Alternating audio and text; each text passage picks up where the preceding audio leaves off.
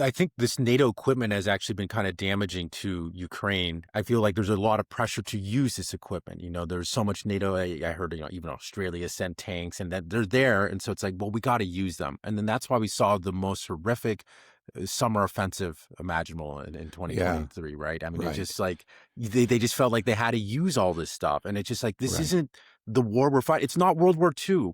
We're not doing blitzkriegs. This is insane. But that's the problem. right. We're stuck with our systems that are outdated and we're trying to just, square the circle. We're just trying to just jam it in there and just be like, it's gonna work. And it's not. It's like it's a Yeah, hindrance. It's almost like it'd be better if we just started clean, yeah, yeah. No, no, it's a problem. Exactly. Sometimes, It's the yeah, same when in you're Iran and the Persian Gulf with all these right. boats that we're sending there. It's the exact same thing. It's like, why are we doing this? It doesn't make sense. Right. Yeah. Well, you can see that in many areas of technological and economic development. I remember when we were in Taiwan several years ago, you commented on the fact how Taiwan actually seemed kind of more backwards than mainland China, than Shanghai did. And it's partly because, well, it did develop quite Taiwan did very rapidly during the 1960s and 1970s, and there was a lot of construction, and the infrastructure was laid then. Um, but now that's aging infrastructure, and it's noticeable. Mm. But the the Chinese started from essentially zero, and they've built up a whole new infrastructure, and you can see the difference. And then another thing is like with phone systems that the U.S.'s cellular system is a mess. And anybody who lives here knows that it is. It's just not very. There are a lot of gaps. There are different carriers, and it's just um, it's kind of a. Well, it's a mess. We'll just leave it at And that. expensive. And and expensive. That's right. And very, very expensive compared to other countries, and just about every other country in the world. And then there's some third world countries that didn't have any kind of landline system, and they just went straight into the cellular system, and they have good, cheap cellular systems, better than the U.S. does. um, so yeah, I think you can apply the same thing to the military. We built up this very, very powerful military, and with that came certain ways of thought, and in different institutions, and they're all very comfortable doing things the old way. And now this new revolution has come along of hypersonic missiles and drones and so forth, and it means to really to address it, you got to tear down the whole structure that you had before and build it up again. And there's always a lot of resistance to that. Yeah.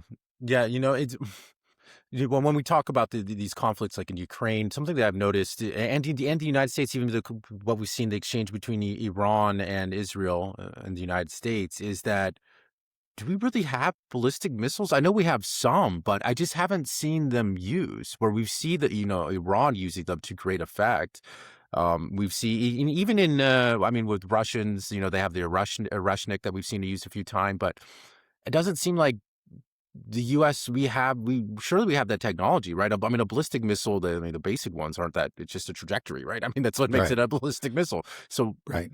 do we not have them? Why do we not develop that capability? Did we just Well, put all of sure. our eggs into the Air Force and like that's your crown Yeah. jewel? We do. I mean, well, the ATACMS are ballistic missiles. The HIMARS, those are they're even more primitive, so we call them rockets, but they're ballistic as well.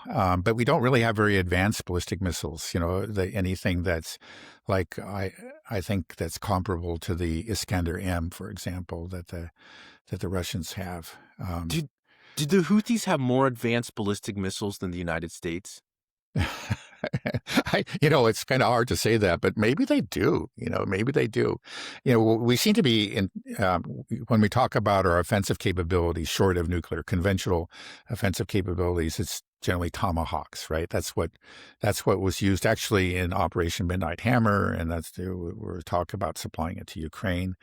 That seems to be the top of our line is the Tomahawks. But those are actually old missiles. They're cruise missiles. They're not ballistic missiles. Very slow, very easily Yeah. detectable, developed in the Yeah. I mean, 1980s. right. They have their strengths. I guess they just by flying close to the ground, they can evade a lot of radar, and I think they can carry a fairly large warhead. So it's not like they're a joke or anything, but yeah, in spite of the updates, the fact is that they're an 80s weapon. And it just seems like we haven't gone along. We didn't have that revolution in in missile technology that other countries have gone through. What's the military budget of Yemen's Mila? I think it's probably a lot less than 1.5 trillion. That's all I'll say. Yeah, I mean, but it just goes to show, just Yeah. when we think about it like that, it's just like, what are we doing here? Like what have we been spending our money on? Just how corrupt the system is, and just this, and that bill, that number is where most of the justification of U.S. might comes from. We just look at, oh, look at the graph, see how much we spend, boys. Look at that, we're pretty good. Yeah. It's like, but the Yeah, Houthis it's have better more missiles than us. more than 6 times of the next largest military budgets in the world. Yeah. Oh, no, I said that incorrectly. I'm sorry. More than the next 6th largest I thought it was more than the next military 10. budgets combined. I think it's the Yeah, next 10. yeah, it may be changing. That's what I heard. Sometimes I see 10. Sometimes Well, just the if other we- day I saw 6. I don't know if we actually increased the budget by 50%. They were saying that. If that's the case, then we're probably at more than every country combined, Yeah. at some point. Right. Well, that hasn't happened yet. It is. I think it's roughly $1 trillion now. When you look at really, it's not just the defense budget, but it's also because a lot of, let's say, Homeland Security and the Department of Energy, a lot of that is actually dedicated to the military. And if you look at the military aspects of those budgets as well, you add it all up, it ends up being about $1 trillion. And then Trump wants to raise all of that by 50%. Or maybe just for the Pentagon, so it would go beyond 1.5 trillion. I think there's a problem once we start using trillions, then it just becomes make-believe money. It's no longer, we can't even fathom what that is. Like, it's hard to wrap your mind even around $1 billion, but then when you get to $1 trillion, it's like, it's just make-believe now. Yeah, it's a lot. That's all. It's a whole bunch. Yeah. Okay. Is there anything else you want to add about the Ukraine front lines or any military? Okay, well, maybe, analysis? I'll just say very quickly, there have been these counterattacks over the last couple of weeks in the Zaporozhye region and also along the Dnipropetrovsk-Zaporozhye line. And there's a great deal of controversy about, whether or not they've amounted to anything. And the best I can tell, just relying on people that I found to be reliable in the past, mappers, people who look very closely at this, people like Scott of Calibrated or Simplicius, the thinker, or, is that the success has been very, very limited. They've taken back a little bit. It's not even clear that they've taken back Russian-controlled territory. It's more like there was some territory that was in the gray zone that is now Ukrainian occupied or controlled. But we're talking about really very small slivers of territory. And the other part of it is with these counterattacks, is always true. The Ukrainians take very, very heavy casualties, and the Ukrainians themselves are admitting this. This is something this is nothing new. Of course, the Ukrainians have been doing this from pretty much day one of the war. And it's actually what is notable is how over time these counterattacks have become increasingly weak and ineffective. Again, you go back to 2023 and the famous summer offensive, that actually did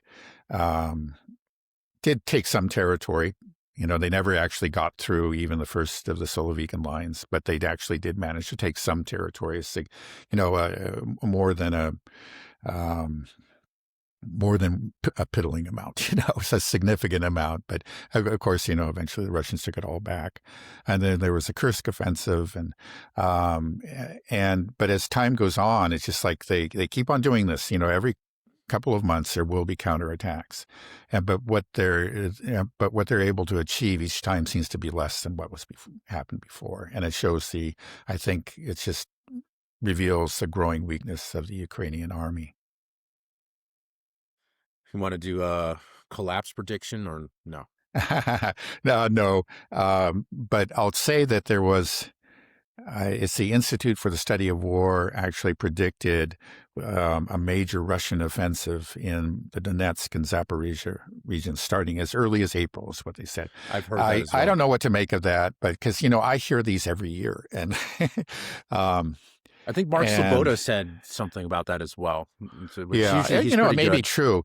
Is the thing is like I think we may not, like the age of big offensives, big aero offensives may be over in this kind of war anyway, because again, it's just not possible to mass your forces in a way that it once was possible. Has happened again and again in World War II. Like the Soviets would mass, uh, you know, a, hu- uh, a huge amount of force in one direction and just smash through the German lines, and they did that again and again.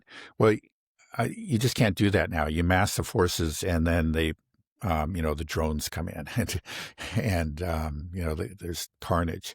Maybe there's some way they'll figure out a way to do it, but so far it has not been possible. But it's certainly possible that they just may allocate, let's say, a significant increase in resources, assets to those two directions. And so we'll see an acceleration. Those are places, especially the Zaporozhye.